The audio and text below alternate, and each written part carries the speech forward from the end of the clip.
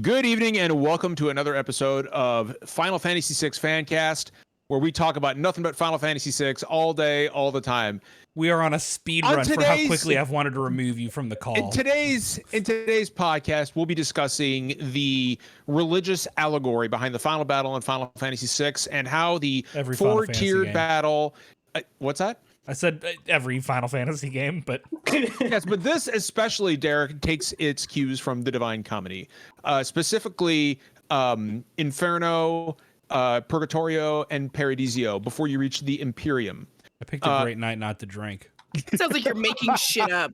No, actually, I'm not. I've done a stream about it, Britt. So, and to prove that I'm not making shit up, since Britt has challenged me, let me launch into it. I didn't say it. I just said it sounds like at it. the bottom. Oh my god. Whatever. This is Super Deluxe Gamescast, and it's Thursday, October 13th. Whatever. Fine. We have a cool guest on tonight. Veerender Jubbal is a good friend of ours. Look at this. Look at this dapper man with his bow tie and his beard is better than my facial hair, and it pisses me off. Like Veer, how are you? Thank you very much for allowing me to be here. It's immensely appreciated.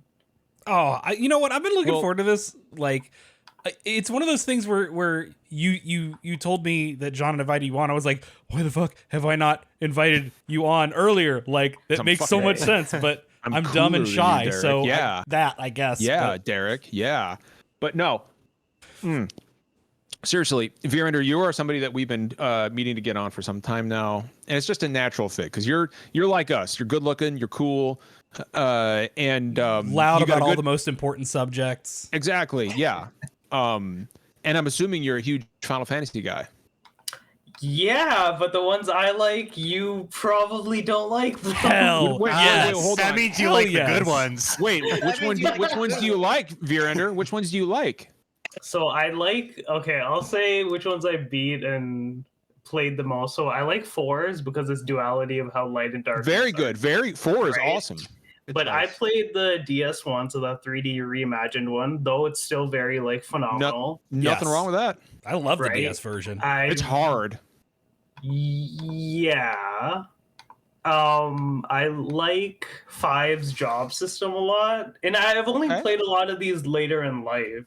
Like way later. I like 5. I like Chocobo's Dungeon. They released like a remake of that. They released a remake for everybody. It didn't have the card system in it, which was like saddening because I love card game mechanics. And I like 13 and 13-2. I love 13. They're a blast to play. I can be mixed sometimes on like the way that they tell their stories, but like it's about religious determinism, and I think that like I want to write like a 10,000 word thing on that. I would read it in a heartbeat. But like they are a blast to play, and I don't think there's any way to deny that. Final Fantasy 13 has hands down the best combat system in the entire franchise. Yeah, there's simply no argument about it. What's that? Final Fantasy 10 too. Absolutely. I need to still play 10 and 10 too. I like the dress. They're fine. I love 10. Downloaded. 10 is great until the ending. That's all. That's most Final Fantasy games. Let's be fair. No, the endings for 4, 6, 9, and the endings for 4, 6, 9, and 15 are phenomenal. 6 and 9, I've played I know the least information. Did you really throw 15 in there? Dude, yeah, 9. Dude, the ending of 15. The ending is great. You guys are the best. Like that's just you, bud. That shit hits hard. The game was unfinished for like so long. I'm glad you love it, John. That's still the only version I've played and finished is the vanilla version. Honestly, I've still never really of 15. Yeah, of 15. The Royal Edition. My opinion is colored by. I will be the first one to tell you that the Royal Edition is how the game should have launched to begin with. Yeah. But like the Royal Edition takes the last 3 hours of the game and like completely redoes it. Like it's how the game should have fucking launched, and there's simply no argument about that. But the Royal Edition takes the end of the game, turns one of the worst final dungeons into the franchise into this 3 hour long epic with 5 new bosses and like side quests and NPCs. Like, dude, it's fucking wild what they did. And the whole time I played it, I'm like, why the fuck was this not in First, I thought the you actual referred to Pitios, and I was like, that dungeon was the No. worst fucking thing to No. ever come to any Final I Fantasy. like Pitios, but I thought it was fun. You like janky platforming?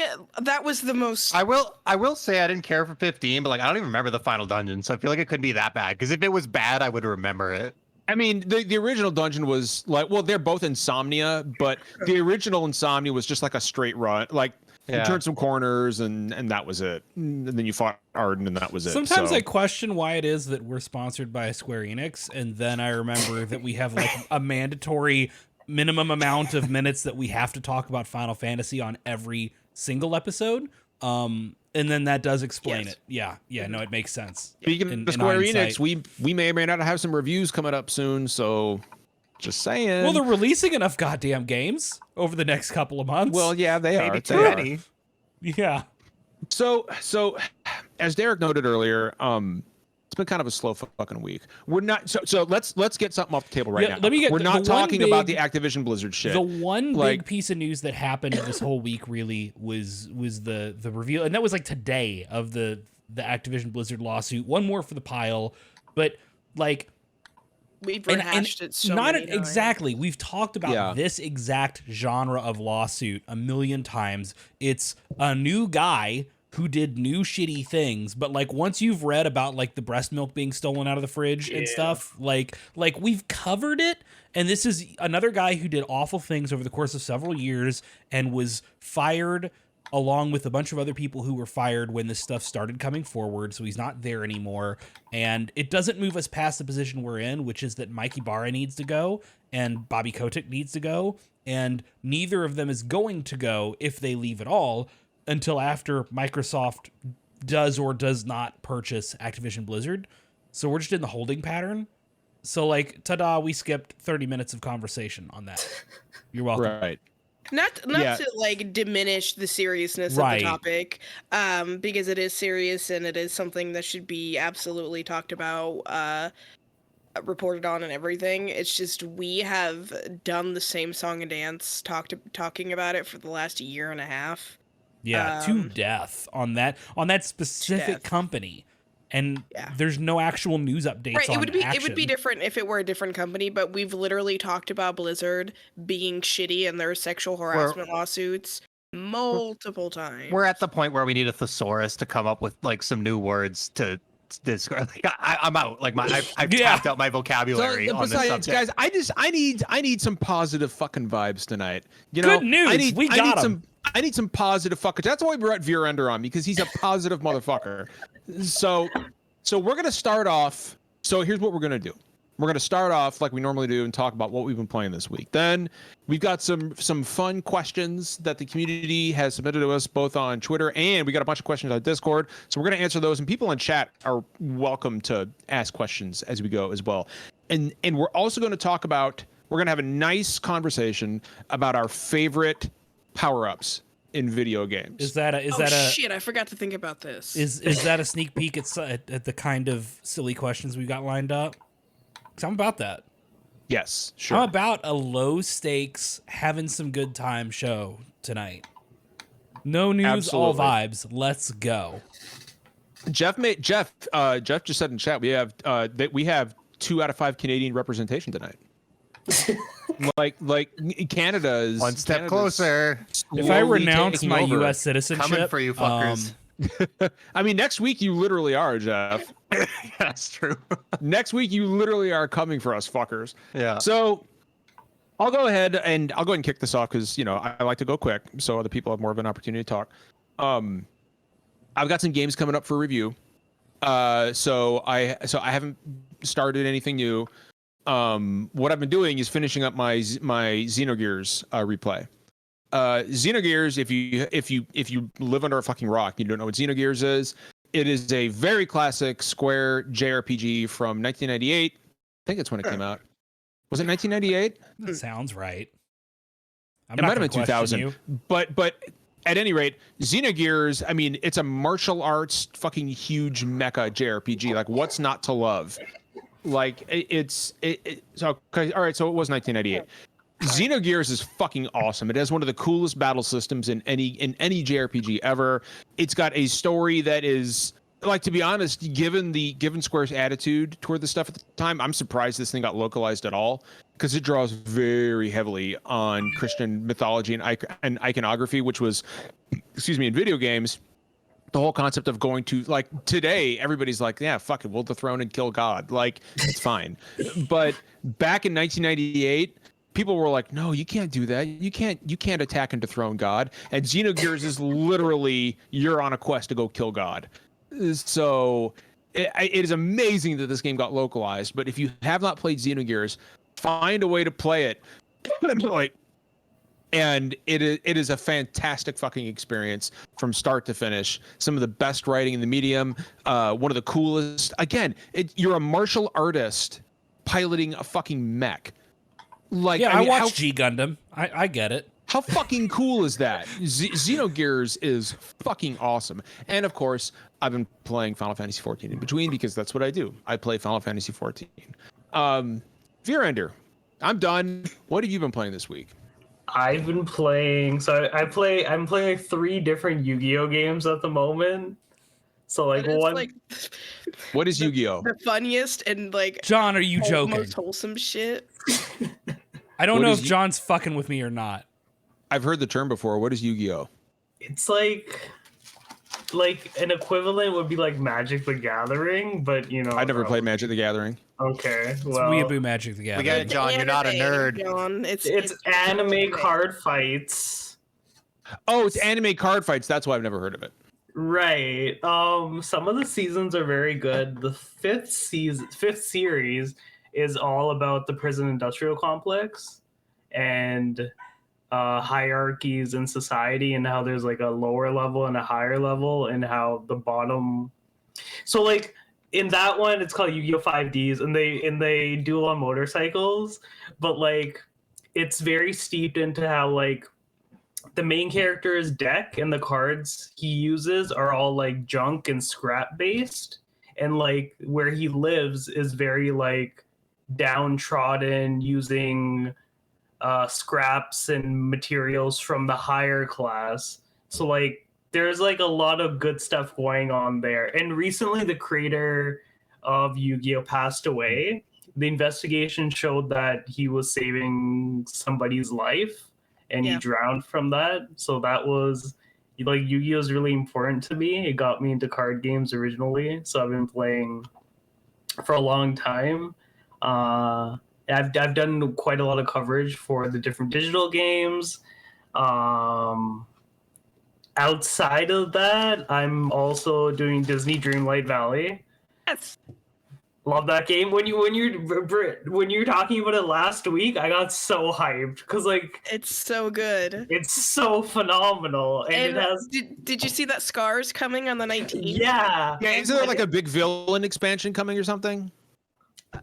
So the way the game is released, like it's not actually released yet. It's like they're releasing it in like chunks and updating it, and then they're gonna. Kind of early access-y. I see.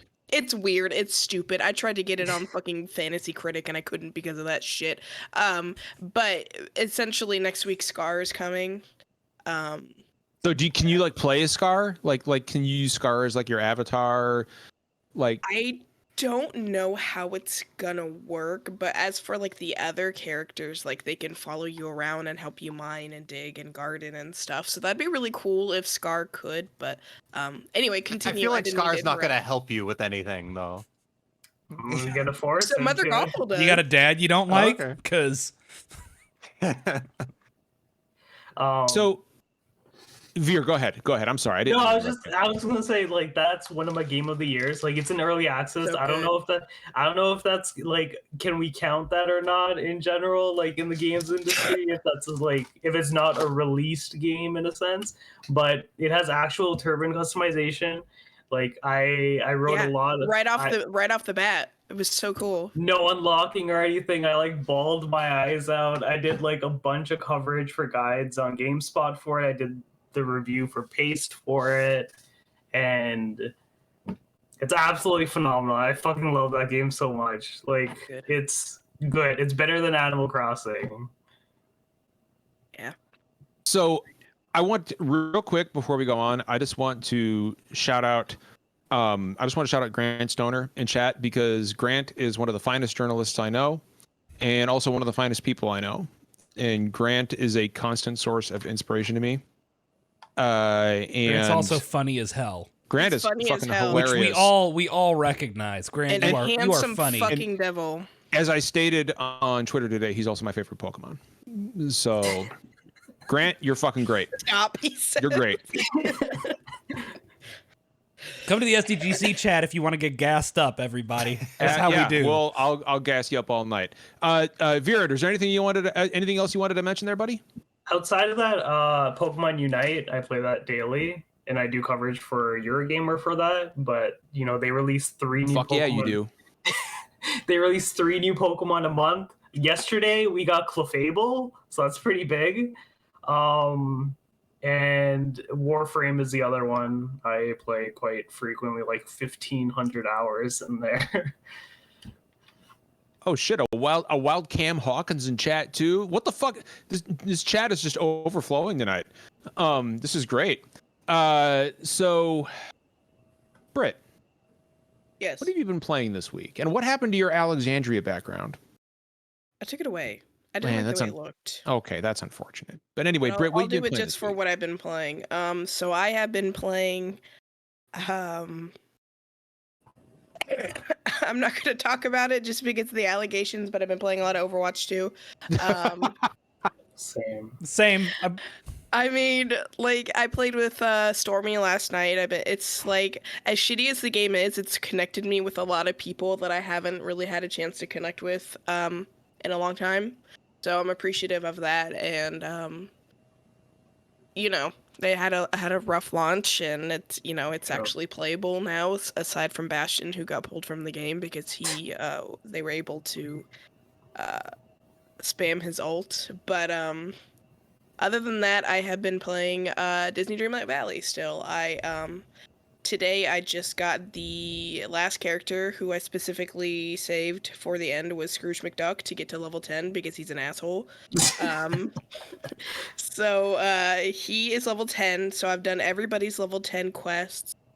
I've done every single quest I can right now in the game, so now I'm just working on building and designing my town. I pulled all of the, like, because each area that you unlock has, like, its little region-specific, plants and stuff that you can garden and farm, and I moved all of the plants to one location so I can just farm it all. I moved houses next to each other. I've been farming pumpkins to make money, so I've just been, like, waiting for that expansion, because I finished everything, and I want more.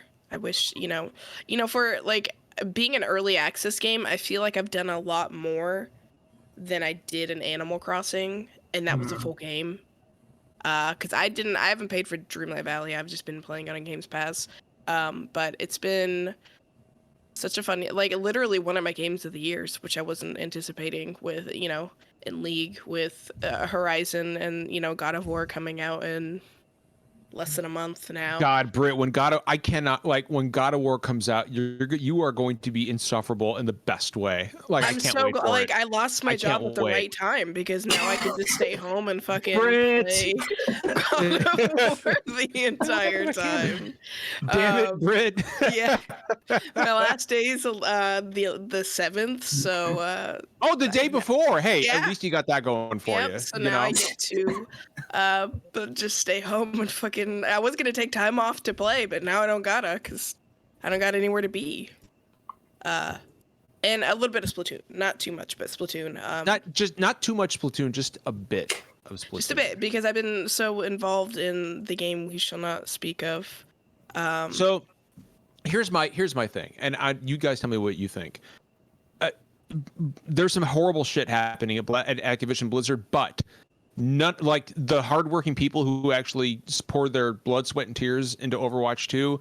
they're not really responsible for any of this. So I don't see a problem in discussing Overwatch 2. If it's a game you're enjoying, like, I please. haven't paid any money for it. Yeah, like, it's just speak an on it. upgraded game. So I think it's also like the important thing that we've always preached is like it's not about boycott everything that has anything problematic behind it. Right. It's more a matter of like be aware of where the things you love succeed and fail, and where things need to get better. And it's fine to have things you enjoy that have problems, as long as you're aware of that and you're not trying to carry water for those things. Within we reason. say it all the time. Like, don't fucking like preach to the fucking masses that like, you love this game and it's perfect, right? Like, yeah.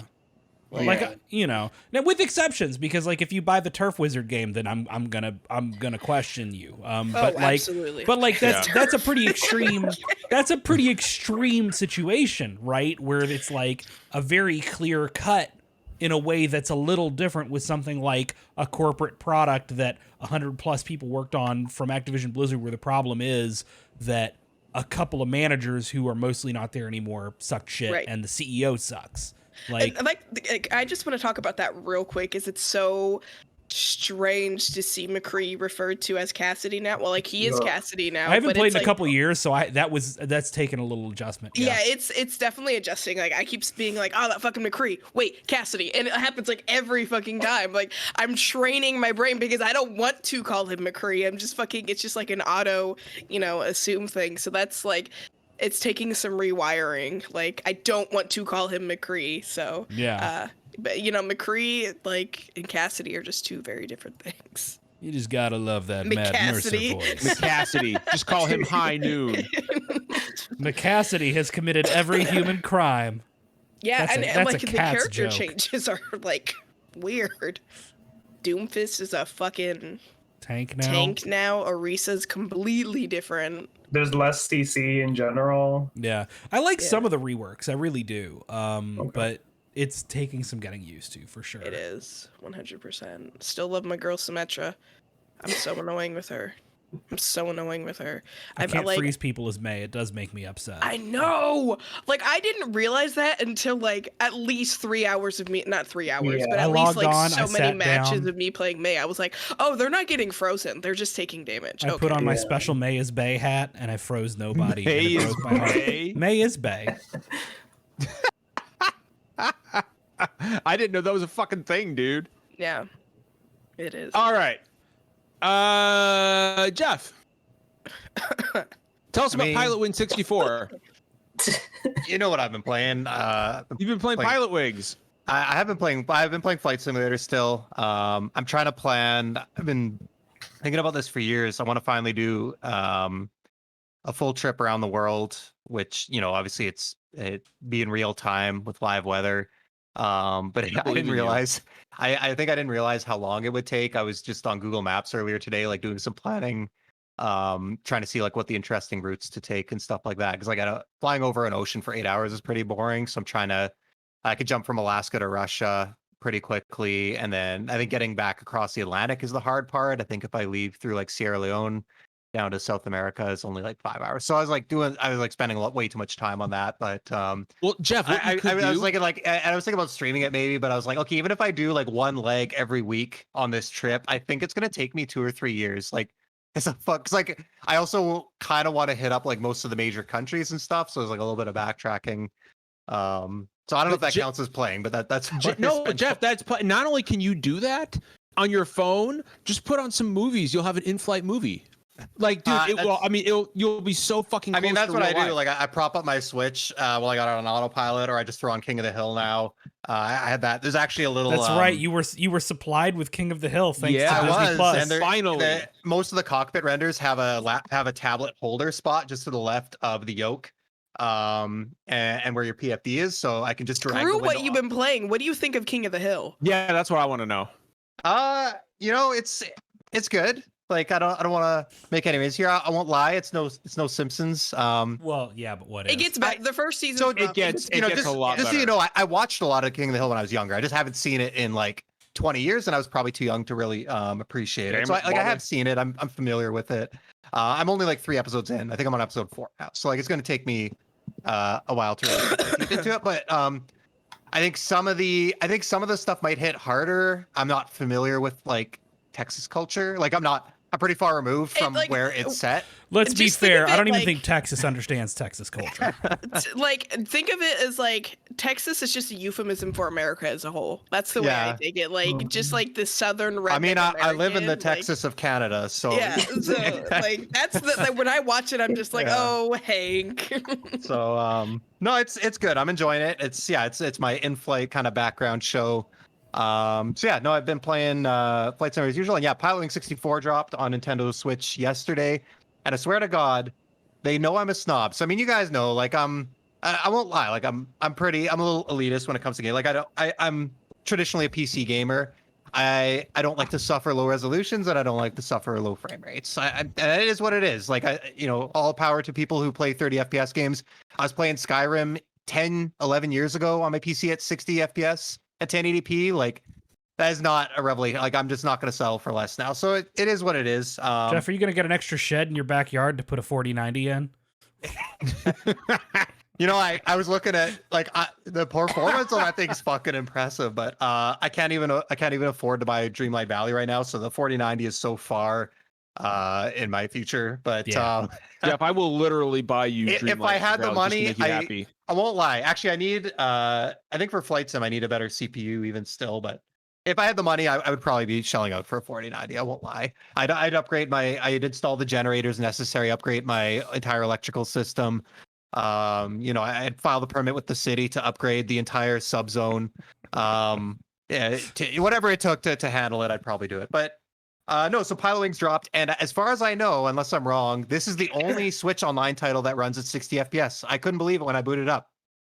I didn't know, and I think it's a higher resolution too. It looks and runs fantastic, and it's just as good as I remembered it. I mean, I was only playing love this a little for you, bit. Jeff. I love this for you. I love it for me too. It's hard for me to Like all play games- seriousness, no like shit. Like I love this for you. Me too. I've never played Pilot Wing 64. I haven't and either.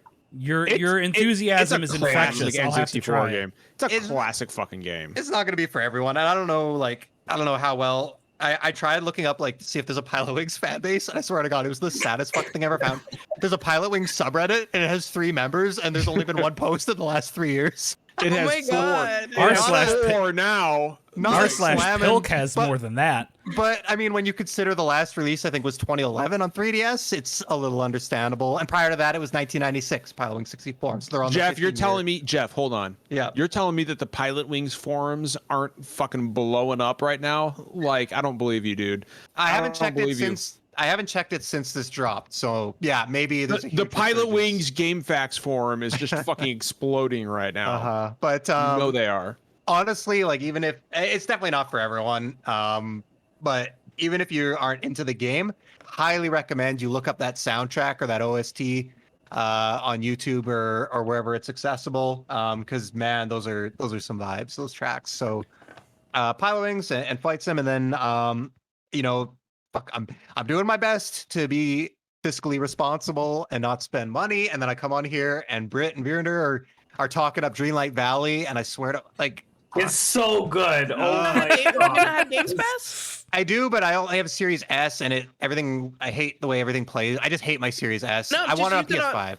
Use it on PC. This is the problem. Like I'm picky. I use it on I don't. PC, I too. only use my PC for Flight Sim now. Like I hate PC gaming at the moment. Even before this podcast, I was so riled up because I spent an hour. I'm getting a driver error with I'm just done. So I'm gonna Jeff, get if on- it makes you happy, I will literally buy you Dreamlight Valley because I just want you to be $30. happy. I honestly I just want it. I'm gonna get on my PS5 eventually. That's where I want to play it. If they had cross progression, I'd be more inclined to load up on PC and dip my toes into it until I can afford No, to buy it on there is- No, you PS5. can. No, You there, can't. Oh, what? There's cloud. Yeah. Yeah, There's cloud saving. Like cross-platform, PC, PS5. Yeah, when it's all so good? I started progression, playing Dreamlight on my PC, and then my PC Yeah. died. But because Uh-huh. I cloud saved, I was able to play it on my Series XS, the cloud one. And Okay. it picked up right where I left off. Yeah, I Okay. did it on Switch, and then I did it on PC because the Switch Damn. one had issues. But Yeah. yeah, The Switch It's- one's not good. yeah, but no, it's cross. You can go dip your toes in. Yeah. Okay. And it's Wow. I will say that I like when it comes to decorating and stuff, I definitely like it. I prefer it on PC because you can use your mouse and you can just drag shit around instead of like your controller. Yeah, I mean, I use a controller only now, but I use controller, but then when I like go to like decorate, I use my. Got it. My So mouse. anyway, so I've been holding off buying that, but I wanted, to fill that little bit of craving. So I've been booting up Animal Crossing again, because it's that time of year when I always want to get cozy with it. And I've never played the winter or Christmas stuff in Animal Crossing yet. I just always seem to miss that period. I've played the Halloween and fall shit to death, so I'm pretty stoked to. I never even seen snow in the game, so I'm stoked to finally play that season, do some of the Christmas events. I'm trying to tidy up. I've got probably like 80% of like the bug and fish collections and stuff. So I've got 2 or 3 a month to rope in. So grinding that out. But yeah, it's always nice to revisit there. I'm kind of tired of most of my villagers, so I'm just letting them letting them hit the trail because need some new folks in there. I swear I'm so sick of the gym bros. I have like 3 gym bros in my fucking village, and I don't want to hear about lifting anymore.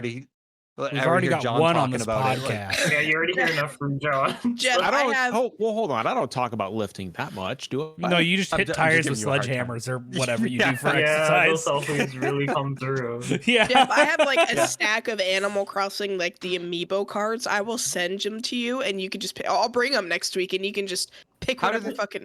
What do these work? You can like import Here, villagers? let me go grab my. Oh my god. Okay.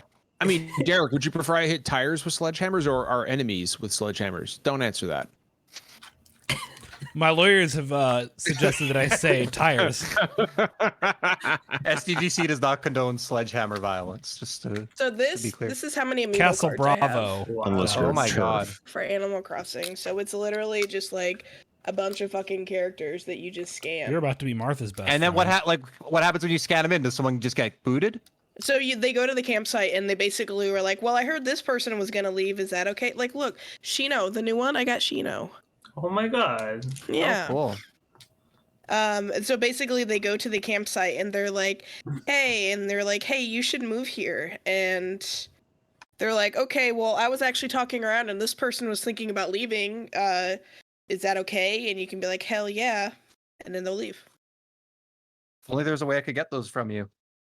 But we'll figure out the details. I mean, we'll see. I mean, if only there was some kind of a gathering next week where we would all be in the same room. Where we would have Switches. Where we would all have Nintendo Switches. Raising money for charity. I honestly can't wait to show Derek my Steam Deck so he could just fucking see this thing. Like, well, I don't need just a looked new at the thing to chat spend and money on. ass is all up in there, so I think it's raw time ass to move on to the next person. Plenty of raw ass in the chat. Derek. So I'm gonna be relatively quick because this has been a rough week and I have not had a lot of time to play games. Most of what I've been playing has been Overwatch 2, which again has still not been much. I like it. I like the changes that have been made from Overwatch 1. I think dropping down to 5v5 feels good and alleviates some of my Overwatch. As people got better at it, it was increasingly becoming two death ball teams hovering at the same point until the right combination of ults went off to do a team wipe. And 5v5 means that survivability is lower, so it's back to some of the chaos I think of the early days of Overwatch. Can I talk about something that happened to me yesterday when you're done? Yeah, absolutely. But also because I think there's been a huge influx of new people with the game going free to play. There's a shitload of people who don't know how to play the game and are playing it like it's an online multiplayer, like deathmatch thing, and not sticking to the objective, which I thought we'd gotten past from the early days of Overwatch. Derek, you know that, Derek, you're never supposed to stick to the objective. Everybody knows this. I do not. Well, and toxicity in chat is worse than I ever had. Oh yeah, 100%. I've actually heard that. Yeah. And I'm not. That goes into my story that I want to tell. I refuse to get in chat and suggest that people don't know how to play the game, because I think there's a lot of people who don't know how to play the game, and the worst thing to do to somebody who's getting into it casually, because I never play competitive, I just play casual, don't make people feel like shit. It's okay, this is just a video game, it's fine if I lose, I don't care. And there's also been some dumb everybody wants to be the new heroes. Like more than half of my teams have Junker Queen as the solo tank. So there's like nobody running around as Soldier 76 or whatever. Like, well, he's a DPS. But like Junker Queen's not really a tank. Like she has no damage mitigation. She's not built to protect. Like she's a scrapper, and that can be fun, but you need to know what the fuck you're doing. Yeah, she's an off tank. Yeah, and everyone's using her as the only 100%. tank, and then they're not sticking with the healers. They're like running in and getting scrappy, but that's the DPS's job. And when your DPSs are also, staying away from the healers, it's like, well, what the fuck do I do? And then everybody's playing Kiriko, but nobody knows how to play Kiriko. So we got a lot of healers who have very low healing output overall. But like, again, it's fine. I do think Junker's a good tank, but like, you really got to know how to play her. It's not the same as picking up like, Zarya or Rhine and understanding the way that their damage mitigation works. Because like Kiriko's a great healer, but a lot of these people jumping in don't know what they're doing. But it's fine. That'll resolve in time. Anyway, the other thing I've done, which I think is gonna have to go on hold because we're probably getting a review code for Scorn soon. Like if we don't already have it, we'll be. And getting if we it don't, today. I'm gonna just do it on Game Pass. Like I'm gonna play Scorn, but I've been playing Fatal Frame: Made in Black Water. I played it back on the Wii U and really enjoyed it. Oh, we lost Brett. She was like, "Fuck this podcast, yeah. I'm out." But I've been playing Fatal Frame: Made in Black Water on PC, which is like it's not a good port in terms of it's like you can tell it's like a lower effort Japanese like PC port because it launches in windowed mode and you have to go like and it doesn't have regular mouse and keyboard controls that make sense. It's right, but like it looks great at higher resolutions and frame rates, and it's very creepy, and it's been good to go back to. And I needed a good horror game for a spooky season, but I'm about to get Scorn, so that takes priority over a game I've already played. Britt, you had a thing you wanted to talk about. Yes, she did. So this is gonna be really quick, but so I was playing last night and I got into a game and it was the new robot push map, and this guy immediately types in chat, God, how did he fucking word it? Hold on. My friend and I have been talking about it back and forth because it was so fucking ridiculous. Oh, he goes, "Just so you know, I'm a professional, so try not to get mad." So I'm immediately like, all right, like We used to call those kids dragon shirts. Like yeah, Jesus yeah, Christ. I know exactly what you're fucking Yeah, talking right? about. Yeah. And of course we ended up losing, but that was because we had a Lucio that was speed boosting the entire time and not never we switched just to had heal? Yeah. bad team comp. Like we all kept running in alone and dying, and at the end he was like, "LOL, sorry, I tried to warn you." And I'm like, dude, shut the fuck up. Like, you did not carry that entire fucking game. Like, oh god, I hate like, what's fun? I will shout out if there's somebody who is a standout on the enemy team that like gave all of us a hard time the whole time. I will shout them out every time. I'll be like, "Yo, your hamster ball pissed me off so bad. Like, props to you." Right? well, somebody actually did that. But if like, you're a braggart, fuck you. Yeah, fuck off. Somebody actually did that. I was playing Kiriko, and McCree used his ult, and I fucking threw down the invincibility bomb, and he got so mad about it. But he was like, "I'm so mad, but that was an amazing immunity." And I was like, "Thank you, appreciate it." But yeah, All right. story. Just fucking That's what we've try been hard, playing. huh? I just said, so that's what we've all been playing. Yeah. Well, and now we're going to enter the questions phase. We asked for questions for the podcast. Do we want to do fun earlier. questions before we talk about what we're looking forward to? Let's do fun questions first. We can Okay, do some I was- fun questions. Well, actually, Jeff, hold on. Go ahead. Do you want to do? I was gonna let's say end if we with do what we're questions. looking forward to, because You like wanna the end with questions we could questions? just fail till the end. Like I feel like we could Yeah. spend forever on those. Okay, That's that's true. fine. No, that's fine. So do we want to do what we're looking forward to or favorite power-ups? I want to do what we're looking forward to. What we're Because looking favorite forward to. power-ups Okay. is Yeah. just one of the questions. So Okay. Yeah. All right. So, what are we looking forward to? there's a lot I'm looking forward to for the rest of fucking 2022, which is like another less than 3 months, which is just fucking nuts to me. That hurts to think about. Tactics Ogre Reborn is my most anticipated winter game. Because Tactics Ogre Let Us Clean Together is a fucking legendary game. And I can't believe it's coming back. I mean, shit, man. Pokemon Scarlet Violet, Crisis Core remake. Let's face it, it's a remake, not a remaster. God of War. I mean, what I like. You asked me what I'm looking forward to, and it's just like this word vomit, like because there's so much. Also, my tongue just touched my microphone and it didn't taste good. It's not supposed to. No. Better or worse than a Switch cart? Better, Okay. but more metallic.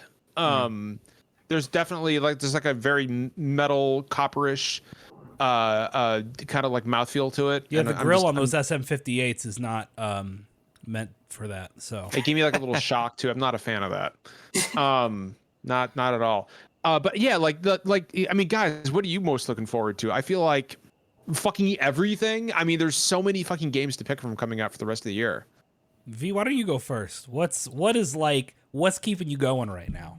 So I'm not as tuned in to what's coming out. Even when one of my IGN editors wanted guides coverage of what to figure out, I was kind of stumped. But you know, Bayonetta 3 is there. Mario Rabbids is there. Oh yeah, that's next week. Yeah.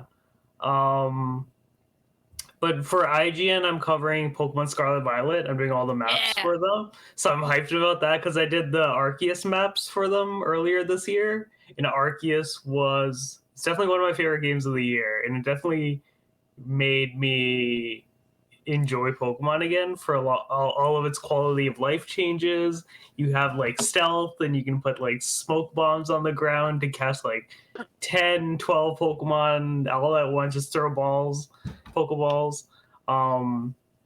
And then I'm also doing the walkthrough for Crisis Core for IGN. Oh, very cool. And I've never really played. I played maybe like 5 to 10 hours of the PSP one, but when I was like submitting my list of what to cover, I was taken aback because I looked at the trailer and I'm like, this is not a remaster. This is like a full on remake. And I was like, oh my god, so it's gonna be like completely different from what it looks like.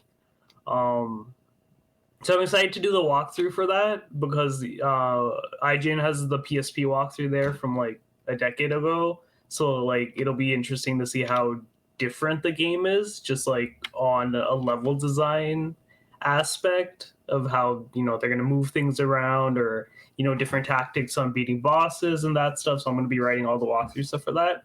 And then very cool. The one game I'm looking forward to the most out of anything, it comes out one day before Pokemon, so I don't know how it's not going to do well sale wise, and I'm trying to get like somebody to let me do guides or reviews for it, but it's Cardfight Vanguard Deer Days, and it's a card game coming out it's going to be on Switch and it's on Steam at the moment. And I really like that card game a lot. One of the original creators was from Yu-Gi-Oh! Originally, and then they departed off and made Cardfight Vanguard, and I play the TCG a lot. I love it. So this is the digital version. It has a story mode, and I thought that one of the most interesting aspects of it was like there's a story mode, but the main character is a girl, which is surprising to have in like card games in general. Like they always just default to like the male dude main character, like a stand-in. Right. But I've never seen that happen for like a girl being the main character stand-in, and her design is super fucking cool and awesome, and I'm really looking forward to that. Well, here's what's interesting is I've been looking into this as you've been talking about it. I realize I actually remember playing Vanguard a decent bit back when I was in school because I used to play Yu-Gi-Oh! Yeah.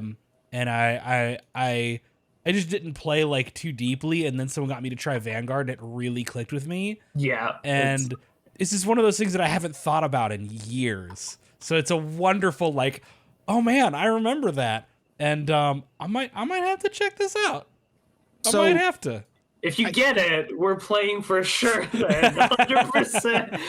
Like, So I'm going to say again that I'm going to speak for Jeff here. Jeff needs to be looking forward to Harvestella. Jeff, this shit is so up. I was going to give that a shout out when it got around to me. I'm keeping an open mind. Please, well, Jeff, Half of it please go ahead, Jeff. Please. Yeah, I mean, not a lot this year. Like I said, I have the absolute trust and belief in the judgment of the folks on this podcast, and several of you have mentioned to me that I might like Harvestella. So, anime factor aside, that to be determined. But I am doing my best to keep an open mind with respect to that game. I will give it an honest shot. So I think there's not a lot on this year to scroll through. The other thing I'm kind of keeping my eye on is the PS5 release of Persona 5. I played the opening 5 hours of that game twice. Liked it, just didn't stick with it. Maybe because I knew there was another 80 hours to come. But I mean, Final Fantasy 14, it took me 5 tries to get into that game, and it's not my favorite game of all time. So sometimes I just have to be in the right headspace to play something, and that just might not have been the case before. I think there's not really like one game really screaming out to me. Most of the stuff I'm interested in is actually kind of slated for next year. But I'm hoping that Baldur's Gate 3 is finally coming out. I've been waiting on that one for a long, long time. I literally forgot about that. I mean, yeah, I feel like it got announced forever ago, and I just can't believe it's still I've been not waiting out for yet. it, to leave early access. Yeah, 'cause I love Baldur's Gate 1 and 2. Yeah, and I do too. I think I like Larian Studios. I liked what I played of Divinity. Those games were too dense for me, and I'm too stupid. I'm too stupid to play the Divinity games. They're too I don't know what the right word is, obtuse. I just couldn't fucking figure out what to do half the time. And I respect the ambition there, but I'm hoping Baldur's Gate 3 is a little bit more straightforward. But yeah, I loved the dialogue from everything I saw in the previews. Love the way those systems work. Love the customization and stuff like that. Love the setting. Love the aesthetic. So I think that's going to be it's been a long time since I've been able to really sink my teeth into like an RPG game like that. So I'm hoping that that's the one. Fingers crossed. It's good. So. Anything else that anybody is looking forward to? Like does anybody want to shout out specific? We're all looking forward to something for the rest of the year. But Derek, I'm willing to bet that you want to mention Callisto Project. Yeah, I was gonna say actually. Well, first, as a horror fan in general, like I'm eating this year. We're all eating this year. Scorn comes out tomorrow, if I remember correctly. It does. We have Plague Tale Requiem coming out in like Tuesday. A week. Tuesday. Tuesday? Wow, yeah. It's not even a week. We've got Callisto Protocol, which I have tried to avoid seeing much of because I know that I want to play it and I'm going to enjoy can't wait it. For that. Fuck, I'm so there's excited. almost no chance that game is not one of my favorite things that hits this year. And then like we're going into January, but like the Dead Space remake, I'm really excited for the Dead Space remake because it's not a straightforward 1-to-1 remake. Me too. Which is what I was worried about. Like I would still. You could actually explore it, like the entirety of the Ishimura, I think, this time. Yeah, it's I'm very into that. But I think the underdog here for me has got to be Midnight Suns. I love Firaxis. Or Firaxis, how you pronounce the studio name? Firaxis. I loved all 3 of their XCOM games. And I mean, I grew up reading Marvel comics, like to the point where like I shamefully lap up everything that hits with the MCU because like it's the characters in comics I grew up reading as a little kid. But so Midnight Suns is like, hey, we took Marvel comic books and we put them in an XCOM with a little bit of Slave Aspire, like the card-based battle system. And I'm really curious how you fuse a tactical game like XCOM with a card and deck-based battle system. But also, like, I kind of want to support something that's very different that's Marvel, right? This is not something MCU inspired. This is not all of the safest already popular characters. This is going in a weird direction, and like, yeah, good. Superhero stuff's gotten a little samey, you know. Give me a different take on this. I just posted in chat there, but like I know it got a bit of blowback for the card stuff, and I usually roll my eyes. I just don't care about card games, but I was like, the way it's used in this one, like you said, in the context of like a superhero game, looks really unique. It sets it apart because like I saw the trailer for Midnight Suns, I was like, this looks fresh. This feels exciting. And then everything I've seen from like Gotham Knights, I'm like, no, you know, that doesn't mean it won't be like a fun game, but like I've seen 20 of these games. I've never seen a game like Midnight Suns. Gotham Knights looks so. I want to like Gotham Knights. Like, I'm sure I'll pick it up for $20 or $30 and enjoy my time with it. But like, so I am literally Veerender's like Veerender and I are polar opposites on this one, because Veerender was like card stuff is the only reason I'm interested in Midnight Suns. And when I found out that the battle system was card based, I was immediately like, I'm out. Did you play like Slay the Spire or anything? Yes, not interested. Done. Like, could not be less interested. No. But play Inscription, John? No, I've card. Wait, Inscription got a lot of people into card games. Like, it's not gonna happen to me. Care about card games. Said like, Inscription was phenomenal. I haven't played it. Veerender, I love you, buddy. But when you tell me that something Triad, is card based, man? I'm talking about when the entire gameplay loop revolves around cards. Yeah. I'm just like, I check out. I'm like, that's no. Final Fantasy VIII. The game's just a card got game. My Vanguard cards right here too. Look at Veer's like ready to go. He's like, I've got my fucking hell yeah, man, at all time. Singles recently. Veerender's like, I got that shit sleeved and in my pockets, ready to fucking go at a moment's notice. And I will say, I respect that, Veer. I respect that. I respect the fuck out of that. Anything else that anybody wanted to mention as to what we're excited about for the rest of the year? For me, Tactics Ogre is one I'm looking forward to the most. I can't fucking wait. When does that come out? That comes out November 11th. Oh, okay. And I will literally drop everything, like including God of War to play. That's going to be dangerous, I will drop God of War to play Tactics Ogre. Although I didn't realize this was coming out this year. I just saw it, and I have to give it a shout out on behalf of myself and CJ, since he's not here. But Need for Speed Unbound. Oh yes, Need for Speed Unbound looks wonderful. Yeah, I was saying this in the Discord. Racing games are hard for me because for me they live and die on like how they feel to play and how the cars handle, and that's not something I can ever get from a trailer. So I never know if it's going to suck or not until I actually play it. But I love everything that I've seen so far from this. It feels, like we talked about it, I think last week. Like it's a nice throwback to the Need for Speed Underground style, and then like a little bit of infusion of like cell shading and anime influence. There is like same thing as Midnight Suns. Like it throws some fresh style into a genre that's kind of been done to death. So yeah, super excited for that too. I hope it's good. So I do want to mention. I have to admit, I am looking forward to this fan-made Better Call Saul kart racing game. Shut the fuck up. No, I'm begging you. I'm telling you, no, dude. I want to play it just to see how this works, just to see how this fucking shit works. Why are you like this? Dude, I'm telling you, there's a Bloodborne kart, which is like getting new characters. It's getting updated. The next logical step is, and people might think I'm full of shit, like, John, there's no such thing. There's not a Better Call Saul kart racing game that somebody's making, but yes there is, and it's apparently going to be out this year. A shit post shouldn't count, man. No. But you hate card games. But you hate card games. But I will play Better Call Saul kart for sure, for fucking sure.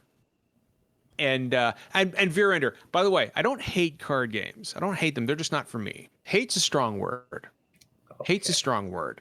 I just don't like card-based games. What is that fucking? There's two things that John doesn't like: card-based games and fonts. Final Fantasy VIII. You forgot about mobile games. Ugly fonts and mobile games for sure. Britt nailed it on the fonts. How about an ugly font mobile card game?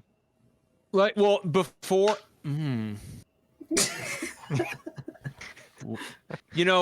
Before I changed my Twitter handle to Magitech Dad, somebody told me you should change to font perfectionist or some shit, and I was like, Font Pro, John. Like font pro. Just, I get that the fonts and those pixel remasters were not what people want, but like, man, I'm sorry, John, I've never heard anyone talk about a font in a game until those games came out. Hey, you got to read these fucking games the whole way through. That shit is important. Okay. Yep. For sure. That shit, see, Veerender, thank you. Like that's a big thing. Like if Warframe didn't have like good subtitles, I would have never put 1,500 hours into it. Like fucking Veerender is a saint. Veerender is a saint. I read lots of stuff in games. It's important.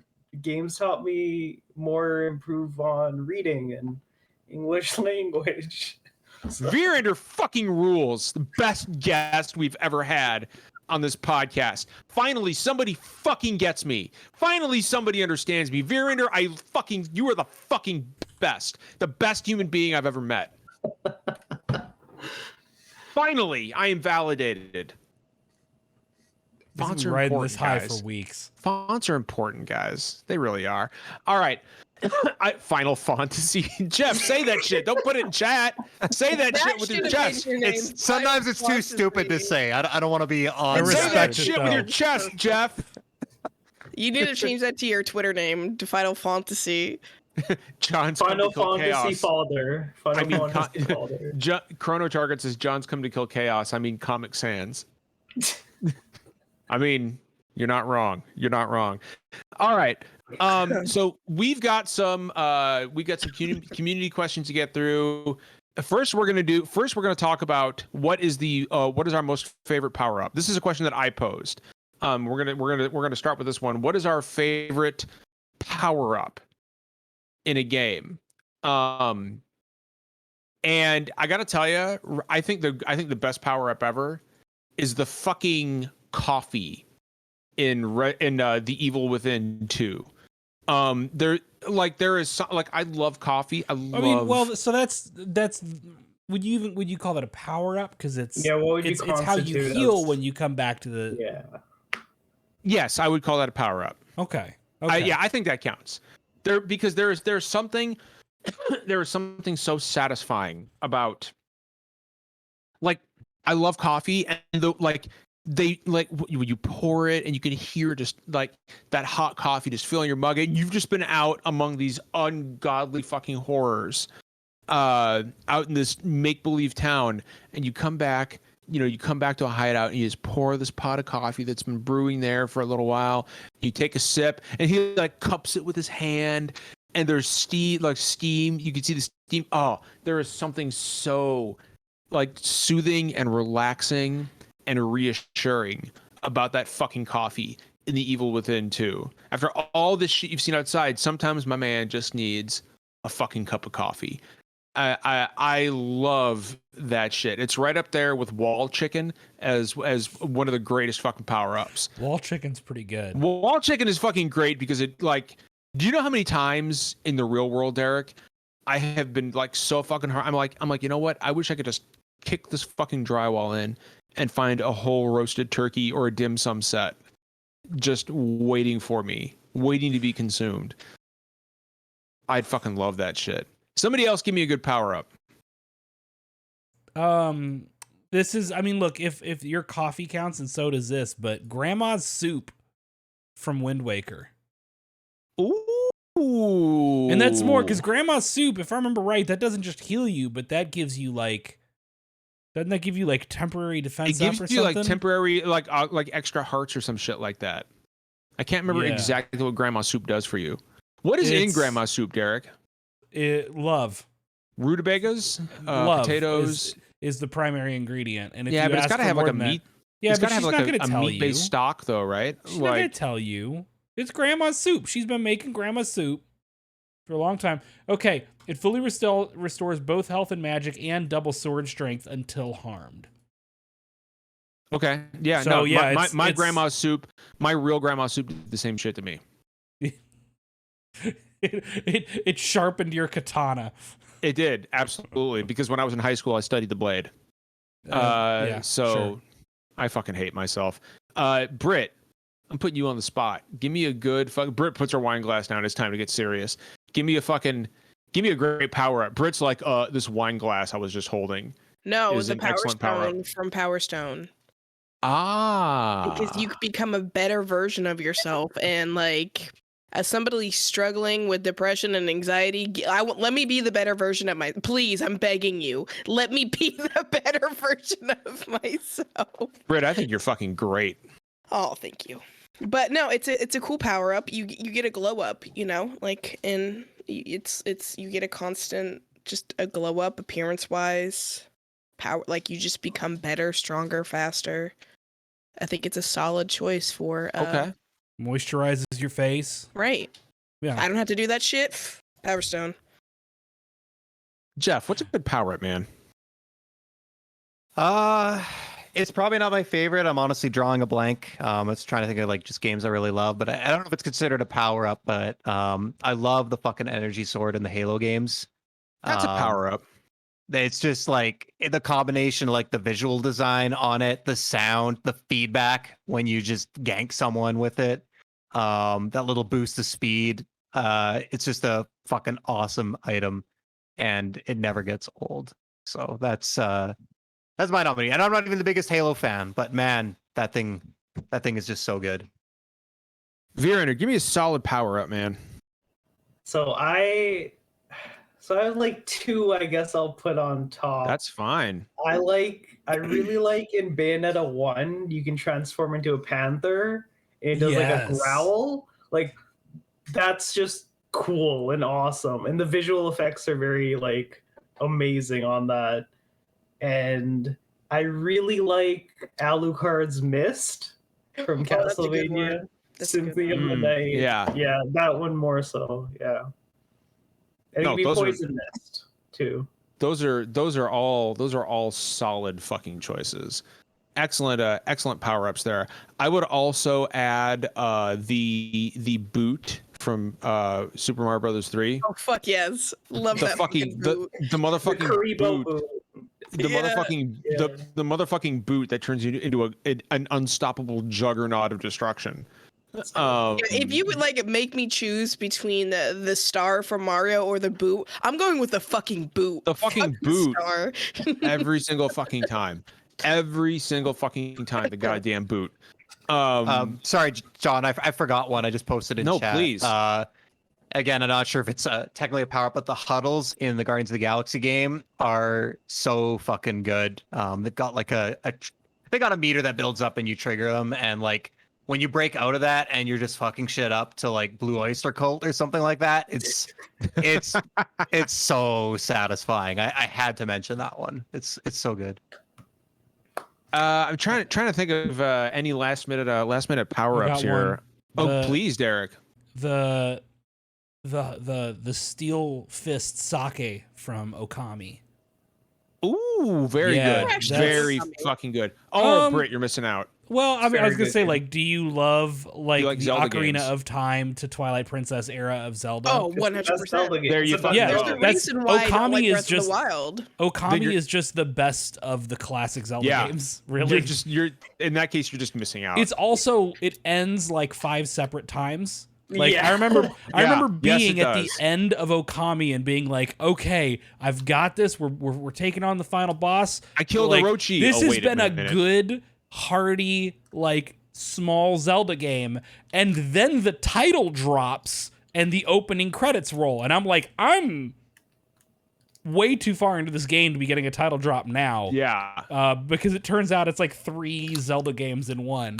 I played it on the Wii as a kid, and I thought that was like the best way to play it because they made it more watercolor aesthetic from the PlayStation 2 version. Yeah, it had like And that then- rice paper filter, right? Yeah. Yes. And like I know like a lot of people would complain at the time about like the Wii's graphical capabilities being less than PlayStation 2, but like for Okami it added on quite a lot. Dude, For that sort Okami of just game. visually holds the fuck up, Veerender. Like even today. And Brett, it goes on sale quite often for like $12 on Switch. Yeah, On Britt, everything, you need to so- play Okami. You would need to love play Okami. You absolutely fucking I've would. always wanted to. I just never like. Remind got me how into it. long Okami is again. I want to say like 35 hours. It's a like, huge difference between whether you just play. Let me look at how long to beat. Oh, okay, 35's not bad. I think I heard a very different number, but Have maybe you that played was. Okami, Jeff?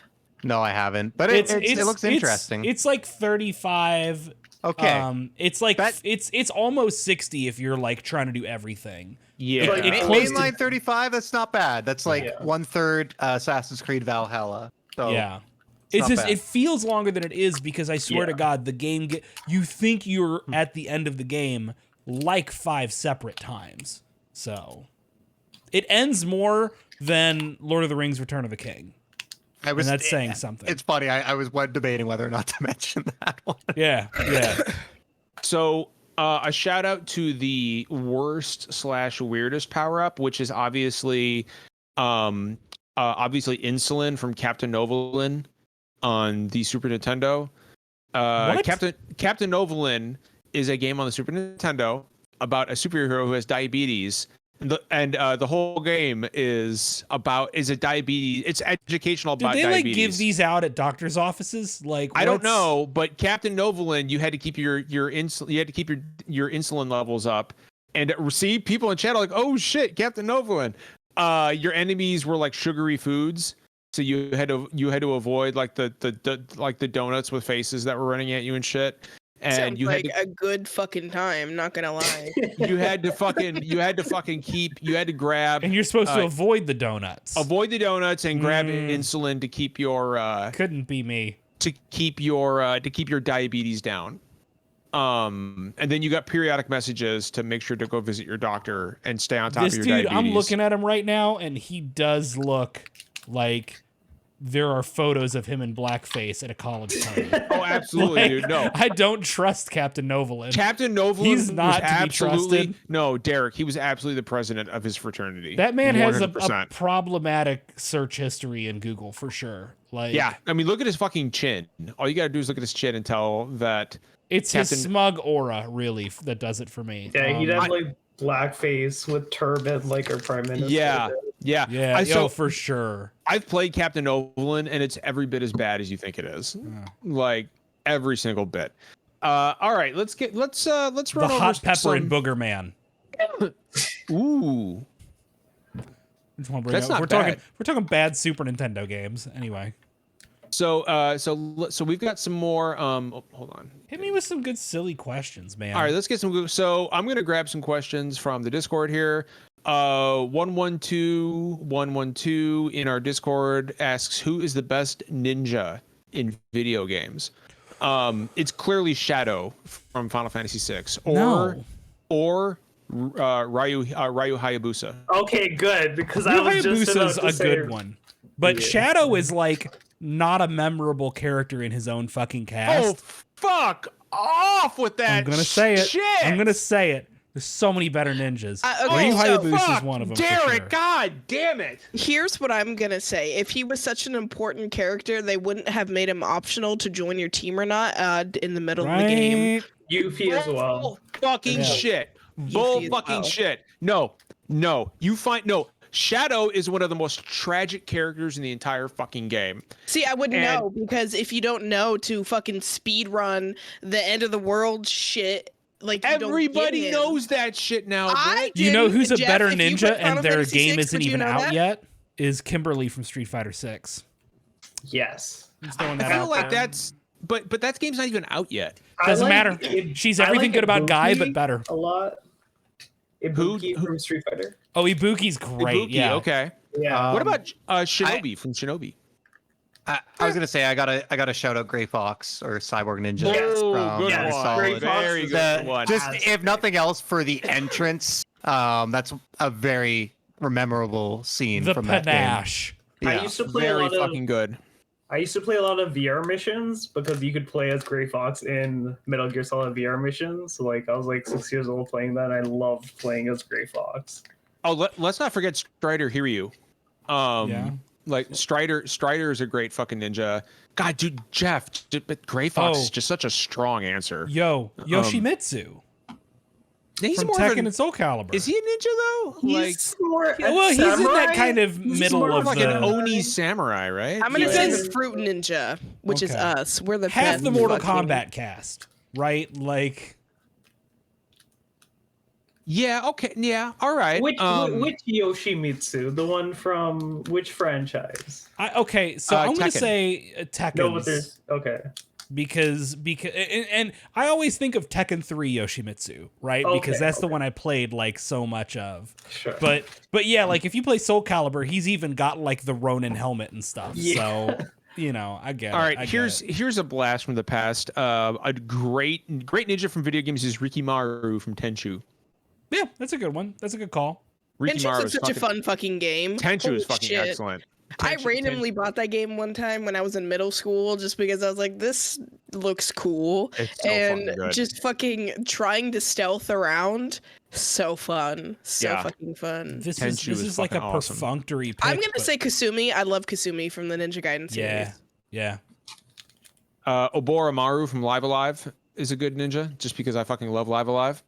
I forgot the main character for Mark of the Ninja, but he's very cool too. Yes. Oh, what a cool game. What an what about- excellent ninja game. Yeah. Derek, what about Edge from Final Fantasy IV? I love Edge. I like Edge. I don't know. People Sure. forget about him because he comes at the end, which doesn't make any sense. Like it's so weird. He doesn't Yeah, have I a think- whole lot going on, but like I like him. You know. We can all agree that he has a good design. He has a good design for sure. I think we can all agree that the greatest ninja in game, or at least the most recognizable one, is probably like Ryu Hayabusa from Ninja Gaiden, though, right? Like we can all I'm agree gonna one up you. It's fucking Scorpion. Ooh, yeah, Scorpion or Like Sub-Zero. I yeah. love Ryu Hayabusa, but like let's be clear, if you want to talk gaming's most recognizable ninja, No, it's you're straight right up about that. Scorpion, Yeah, and you're 100% no right about that. competition. Yeah, no, you're right. You're right. Oh, I will. There's a question in the podcast chat from somebody named Jeff Simulator, and it says, if there was a Taco Bell game, what genre would it be?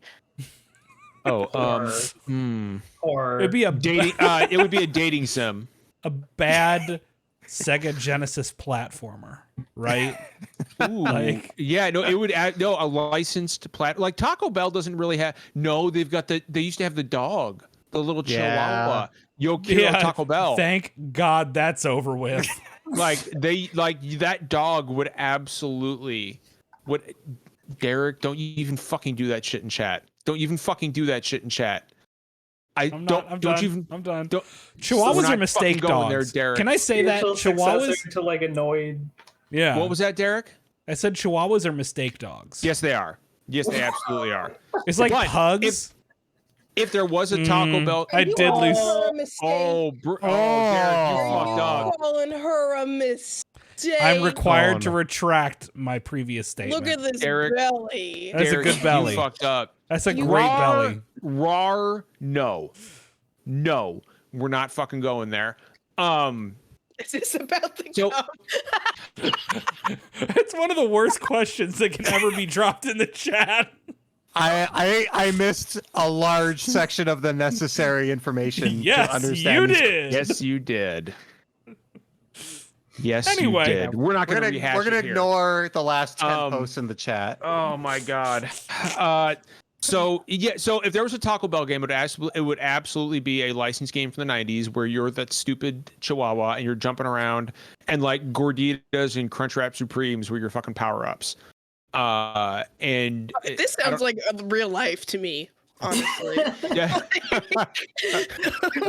Britt's like, I need a power up.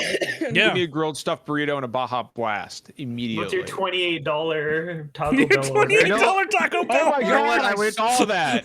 You know what I would play? Think how many beefy 5 layers that gets you. You know what I would play is a Taco Bell expansion for The Sims, where you just get to like franchise out a restaurant and just fucking move into the top floor. Sleep above the little deep fryer, manage your restaurant. I would play that Bougie life. Right there. Yeah. Restaurant simulator, restaurant manager simulator. because I love the vet That's stuff in The overcooked, Sims. You get to like John. open your own vet clinic and see all the little animals and treat them, and this is just like that, except You'll just have really hungry drunk people coming in, throwing up all over your floor. All right, Lur from Discord asks, reports are that the Mario movie will feature a song or two. What song should it be, and who do you want to see sing It's it? a villain song from Bowser. It's gotta gonna be Jack Black. Yeah, if he doesn't get a Disney villain song, I'm fucking rioting. I hope we all know it's going to be Smash Mouth, No. Superstar. No. All Star. I want to see. Okay, so I want to see. Yes, Jeff, you're correct. Okay. Yes, absolutely. sure. Veerender, go ahead. Oh, I was gonna say, I would love for Anya Taylor. Yes, I was gonna say. To do like a I want her to do like a Princess Peach, like a whimsical, magical sort of floaty song. Yeah, I think that would be like peak for sure. I don't want Chris Pratt to do anything. No. Of course. I will say, Mario was like I not have high featured in the hopes. movie whatsoever. I have high hopes because both of the vocal tracks from Super Mario Odyssey are just incredible. They're good. So Yeah. I fully believe that any musical tracks for this movie are gonna I actually rule. threw my wedding bouquet to Jump Up Superstar at my wedding. That's Wow. fantastic. adorable. One, Brittany, that's fucking fantastic. And two, Jump Up Superstar needs to be in the movie. Or I want to hear something. I want to hear Paulina in the movie sing something. I don't know if Paulina's in the movie or not, but she absolutely should be. What else we got here? Let's do Life Makes Me Sleepy from Discord. So he has a bunch of questions. How do we feel about having over double the lines of Skyrim in Starfield at over 250,000 lines currently recorded? That shit makes me want to go to sleep immediately. I immediately want to just go to sleep. I mean, I feel like more dialogue is good in those games. Like, you know, I guess. Man, that's a lot of fucking It's also dialogue, fine. dude. Like, here's what's weird to me, and like this is it's not a bad thing that they recorded all those lines, but like if you've got a very dialogue and text heavy game, like it's also okay for some of it not to be voiced. Right? Like it always weirds me out when people get upset that like, why is he saying, you know, like talking about a visual novel and somebody will be like, okay, and then here's a full text box. They're like, that's not what he said. And it's like, I get it, but I grew up in an era where voice acting was a luxury and you only got it for the most important lines. I guess maybe for like I want these people whippersnappers who to understand what I went through. I know this. Yeah, I guess maybe like for people who are hard of vision or something like that, it could That's be. true. That's okay. Yeah, good point. And it's not like I know that's not where you're going, but I just that came to me when we were No, talking but about it. 'Cause I agree. Like a Derek's good like, damn, potential. all right, well, you're right. it was No, it That's was a very benefit. it was very jarring when I got into Final Fantasy 14, especially in the early game, and like a few things are voiced, and then randomly like because I don't play MMOs, and I was like, what the fuck?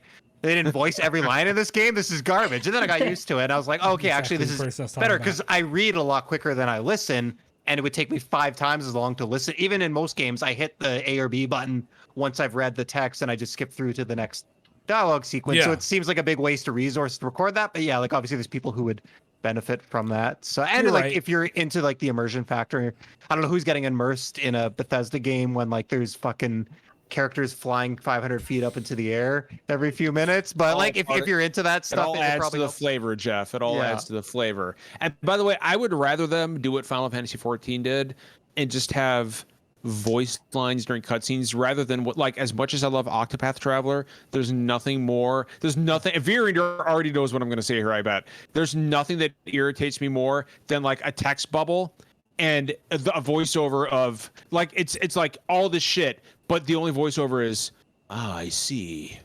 And it's Exactly. It There's lies I to talked you. about- It just lies to you. Like yeah, let's like that's not what you're fucking saying though. I'm the Like, grumpy old man here. I see how this goes. I'm just that shit. Everybody fucking should irritates speak me. in Nintendo 64 era rare, like. Yep. Yep. Everybody should speak like a Star Fox character. So that's how we're doing the charity stream. So That's how I'm talking through the whole charity stream. Yeah. Like, I know the game's not out yet, but I feel sad for like any guides writer doing Starfield because it's like, you know, a million planets or whatever, and it's all procedurally generated. So like any guides writer doing that is just like any journalist working on that game, whether you're reviewing, whether you're doing guides work, like, oh my god, I'm sorry for everybody. Yeah, it's not. Just while we're on the topic of Starfield, maybe one other question I just had, like this being basically the first full big scale game from Bethesda under Microsoft. I think this is the first one. Yes. You know, obviously it's going to have some bugs. Like, do you guys expect that with the resources from Microsoft and the extra time and kind of all that power and manpower and stuff behind the game, will this be an improvement in terms of polish and quality versus their previous games, or are we okay? Because I'm a big fan of Bethesda games, but like there's no denying that you don't want to play them till a year after launch, right? Yeah. Yeah. And definitely historically not on a PlayStation console. Which isn't a problem now. Yeah, you're not gonna fucking so much for that. So, but so I guess everyone's in agreement then. It's just gonna be Skyrim. Yeah, I agree. I don't think the polish is going to be like from what I looked from what we saw in that initial trailer. Like it looked like, granted, the game's still a bit off. I mean, that's early footage. I wouldn't, but it's still like it's got that Bethesda jank to it, right? So I would expect that. Roronato in Discord asked, how do you all feel about the continuous discussion of emulation as a game preservation tool, despite many emulators for modern consoles just unable to emulate a large portion of their libraries? So let's shit. This is like an area that I'm very passionate about, right? And I'm usually the person who breaks the silence and talks about emulation on the show when it's like emulation good. Emulation good. I Amazing. dislike when it's used for piracy of like current ongoing stuff. Like I thought it was gauche to promote pirating Metroid Dread. Like I'm sorry, it just didn't feel right to me. But the thing is, if people are not working on Switch emulation now, then it won't be here 10 years from now, right? Yeah. Like as soon as a Switch 2 drops or whatever, like when there's new gaming hardware, people do need to get working on that immediately because it's otherwise it won't be in a good shape later. Yeah. Because right now, like PS3 emulation's in a pretty good state. Last I finally, checked. yeah, Xbox 360 is iffy, and I know Wii emulation is pretty good. I don't remember. I think Wii U's messier. Up to the 3DS is doing pretty well for the most part. Like emulation's, stuff that's a couple generations old is mostly there. But yeah, like as much as I dislike, it feels kind of gauche when people are like, oh, I'm just emulating Breath of the Wild because I want to higher frame rate and resolution. I want to look better. Yeah. Sure. That's, and with all the bugs that it has in emulation, no, you're pirating and like, so what? It doesn't matter what I think of you, but like that work does have to get done now in order for that to be important later. Because guess what? At a certain point, Nintendo's not going to be making a Switch 3 or 4 or whatever. They're going to do something new, and Breath of the Wild is going to be forgotten to time. Maybe not Breath of the Wild, but like a lot of Switch games will get lost to time. The Wii is a classic example of that. Yeah. That shit Britt just posted in the Discord chat. I mean, I guess like Renato said, like, is this kind of the answer? And I think, to me, emulation is the workaround because, like we said, like some stuff just doesn't work, and I don't think all that effort should be on kind of those third parties developing that stuff. They're doing it because no one else is stepping up, but I think, I think it's getting better. I think the problem is like a lot of people think like Sony and Xbox don't care about preservation, and I think they do to an extent now. But what we see with the lack of backwards compatibility for a lot of stuff is not so much, it's not a lack of the will to do it right now. Like I think Sony would love to have PS3 games playable natively on a PS5.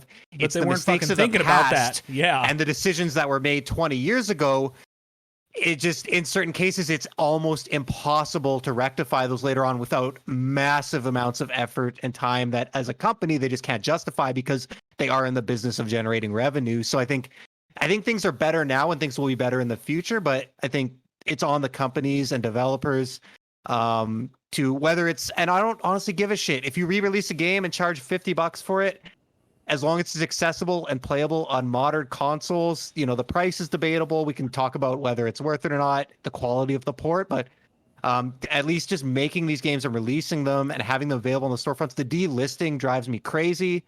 The fact that you can't buy any Activision Spider-Man game anymore. I mean, I know it's, you know, other than like down, like I hate to say it, like pirate, like, you know, that shit sucks. So many games are lost to just due to rights issues and things like that. The problem might more be developers are capitalism. hiring archivists to do the work. Like Respawn has, like, one of the people there is a good mate of mine, and they do all the archivist work.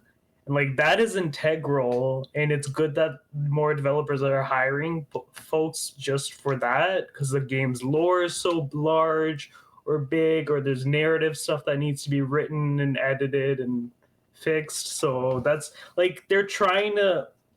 I see like Respawn doing that, and that's like fantastic. But you know, like major companies like Sony or Xbox, it's just like it's like, remember the source code for Final Fantasy IX being lost? Yeah, that was and like unbelievable. That was 8. That was 8.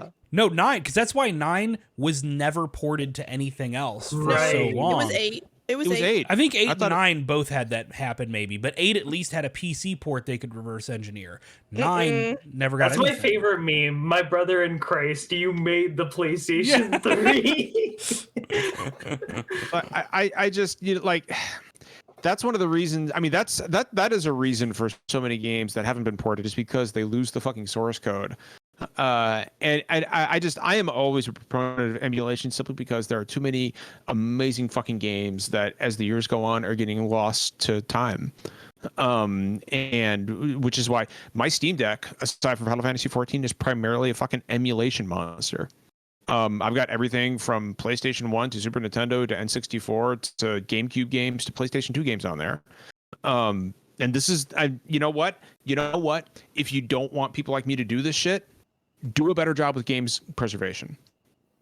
And one other thing I want to say quickly on that, like we were talking about Piloting 64 again, like fucking, like, you know, Xbox obviously has done a stellar job with backwards compatibility efforts. I think it's one of the best examples in the industry. And like, I mean, it's been beaten to death, but Nintendo, man, like fucking, I missed out on the entire Wii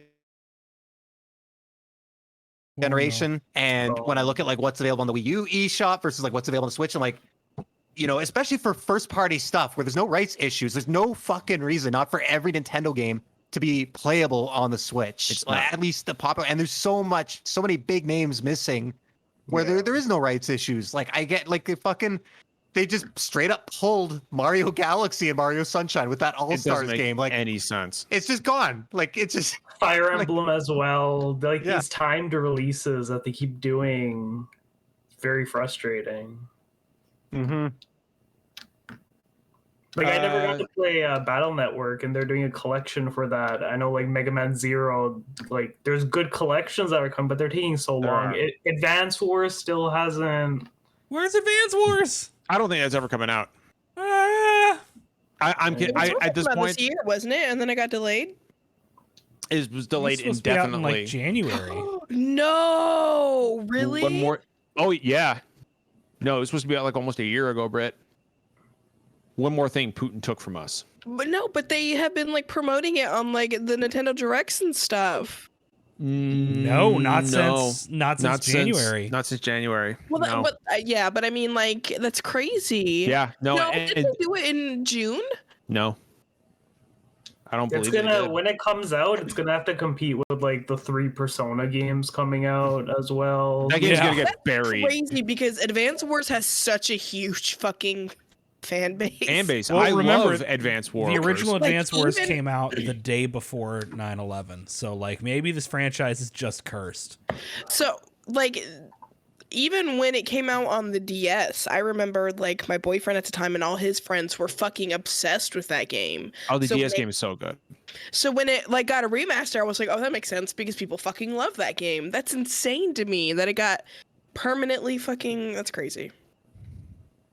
It is coming out, but yeah, they haven't given a date on it yet. But it said indefinitely. That usually means not coming out, right? Sometimes. Well, I mean, IGN has an article from just a few weeks ago that said it's still on the way from Nintendo. All right. Well, Reb works there, so I trust it. Yeah, we trust Reb. We trust Reb. Trust Reb. We'll do one more quick question, and then we got to log off here. Frozen Stick for Discord. Sonic fanfic reading on stream when? Never. It's gonna take a hell of a donation to charity for me to read bad Sonic fanfic. Depends on stream. on the fanfic. And you got to remember, it can't get us banned. Well, Right? CJ I'm was not throwing willing out the idea of wearing a Sonic onesie, so I feel like if that's the case, he needs to be the one to. If anyone wears a Sonic onesie, it's got to be CJ. It's got to be rock CJ, that shit. because I'm not fucking doing it. Yeah. And I feel like that's a cozy way to fucking do the charity stream. I mean, we could just put that on the punishment wheel. Someone got to throw on the Sonic onesie. I'm not wearing a Sonic The onesie. onesie of shame. The onesie of shame. Somebody's got to wear the onesie of shame for 30 minutes. They got to eat that curry as well. You got to eat that. Oh, the blue curry. The blue curry. I'm more worried about the pill. I don't know, man. I love. Well, yeah, not Pilk is. Yeah, Noshing on a chili dog on stream. Yeah. I don't have to be on stream to eat a chili dog. Like I'll fucking eat any kind of hot dog. All right, we're running out of time. But Derek, we're like 2 minutes past our end time here. Let me give everybody the usual shout out. We got Discord. Do it, man. Join as much people. It's a good community. We police it pretty closely, although we don't have any. We really don't have troublemakers. We haven't had to crack down on anybody. John's the only troublemaker who uses the everybody right. tag It's all just the time. because he's a notification criminal. Yeah. The Listen big up, you thing fuckers. is there's not gonna be a show next week, because next week on Friday and Saturday we will be doing our extra large charity drive. So roughly 9 a.m. to 9 p.m. on Friday and Saturday next week, we'll be raising funds for raising money for the National Network of Abortion Funds. Very, very important cause. I'm setting our target at $5,000. I think we can potentially hit that. I think we can do it. It's a little higher than we've ever gone, but I think it's achievable. I've got a wheel of games to help us randomly select 4-player games. We have a wheel of punishments that we will spin every $500 to make one of us go through something probably awful. We're gonna set up a whiteboard scoreboard where we will arbitrarily decide points and a winner. What does the winner get? I don't know. Love and support, I guess. Yeah, So- we could still add to the wheel. So if you guys have any suggestions, like I am just I've been waiting. seeing poetry, somebody write poetry about somebody and read it out loud. Sing a song has been another one. I've got that on there for sure. Britt, I am waiting for like my punishment turn to come up, and Derek's like, "Don't worry, John. I got a special wheel for you, and it's just nothing but pilk." It's Oh, just no, the nothing bill. but ranch. Fucking, you got to eat these certain foods with ranch. No, I honestly, I'd rather have pilk. Man, y'all suck. I'll drink fucking pilk before I do ranch again. Like, you don't understand. When I had to drink that like small Rilk. like fucking, Yeah, you almost puked. I almost vomited on fucking camera. Like it was Wait, bad. you're just telling me Pilk is just Pepsi and milk? That's Yeah. it. Yeah. Yeah. Well, okay. as Justin would What say, does that not seem that bad? Justin, No, Veerender, as Justin would say, you know about Pepsi, right? Yeah. A lot of people in India drink that. I've drank that. Really? Before. It's Wait, not- I didn't know that was common. Pepsi and milk? yeah, I mean with Coke and I mean it's, Like combined? Well, that Yeah. convinces me that it's not going to kill me, at least. yeah. Okay. Like, what do you? It's willing to do it. I didn't think it was gonna be bad. Here's the like thing. you have like So I was- root beer I- floats. I was basically worried- the same thing. It's the same reason I'm worried about a lot of cocktails that involve dairy, which is like there's a lot of things that will curdle dairy and make it really bad to drink, and I didn't know if soda would do that. Nuts. But Well, knowing Bridges that- brought up like okay. root beer floats, so those are incredible. So, yeah, like it's a good point. It's It's a a good lot of point. people. I mean, a lot of people in India drink it, so it's Yeah. like not an issue. I've drank You're it right. before. Like it's not. Yeah, I just got to get the ratio. Veerender, Yeah. see, that's the problem, Veerender, is the ratio. That's the problem. Is do you go heavy What on the do you want Pepsi? less of, Do you go Pepsi or milk? I don't know, just half and half it. See, I was gonna go 25-75, 25% milk, 25% Pepsi, 75% milk. Veerender's face just did. No, that's gonna be good. You're gonna like that. No, 100. You're gonna love it, Derek. You're gonna love it. I would actually. Now I've got this like mental picture of Veerender joining us for the stream and just like taking 2 cans of Pilk and like Stone Cold Steve Austin, that shit, just slam them together. Go. It is good to know that that's not like an uncommon thing in parts of the world. My flight's like, connecting through Toronto, so I'll just grab them and drag them with me on the way. The important thing, yeah, Veerender, come on down. The real punishment, I'm telling you, it's gonna be the Malort. What is that? Malort is a liqueur from Chicago that I have heard described as being not dissimilar to drinking gasoline out of an old boot. So, Veerender, to put it in perspective for you, I grew up in Chicago and I was a bartender at a nice place for 3 years, and my first reaction was, "What the fuck is Malort?" Right. So, yeah, it's bad. Yeah. Were you I able don't to trust grab more one? from Chicago. Derek, you're bringing bourbon, aren't you? I can definitely bring some bourbon. John usually has bourbon. I'm gonna have liquor for everyone. Yeah. No, I want Kentucky bourbon. I don't want your DC bourbon. It's the same stuff. They just I don't want ship it. your Biden bourbon. It's the literal, what? It's the literal same shit. Britt, that doesn't make any sense. Biden bourbon. It's special if I bring it. Awful. To be fair, bourbon's one of the only things I have to be proud of here in Kentucky because like our chief exports are like that, horses, and bad racism. fried chicken, and racism. So like, I think my racism tops Derek's racism. We're talking about the states we're from, right? Because yeah, no, New Orleans. Okay, that's true. New Orleans is pretty bad, but I was gonna be like, I spent a lot of time in Georgia, and let me tell you, I had a moment where I was like, I realized that we all have unconscious biases, but like I do try to actively push against that shit. So like, thank you. That's allyship. Yeah. All right, Derek, we are now 7 minutes over our stop time. Bring it. It's a good show. He says. Guess what, everybody? Kindness costs nothing. Hold on. We got to. Where can people find Veerender if they want to visit his Twitter page? That's a good question. Don't tell me that. You can find me at Veeren_Jubbal, so VEEREN_JUBBAL. I post about card game stuff, but I also always tweet about what I'm writing, what I'm publishing. Today I was on Wired for the first time. Yeah, nice, very nice. So yeah, you can find me there on Twitter. Very easy to find. Just search for my name on Google. You'll find me easily, 100%. Very fucking cool.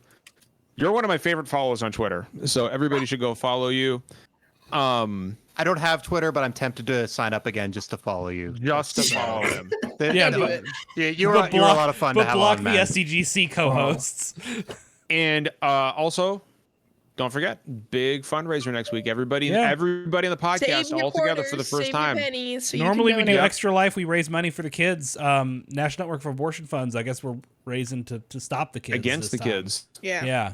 Fuck them kids. Yeah. Fuck them kids. Fuck them kids. I just want to say thank you very much for allowing me to come on here.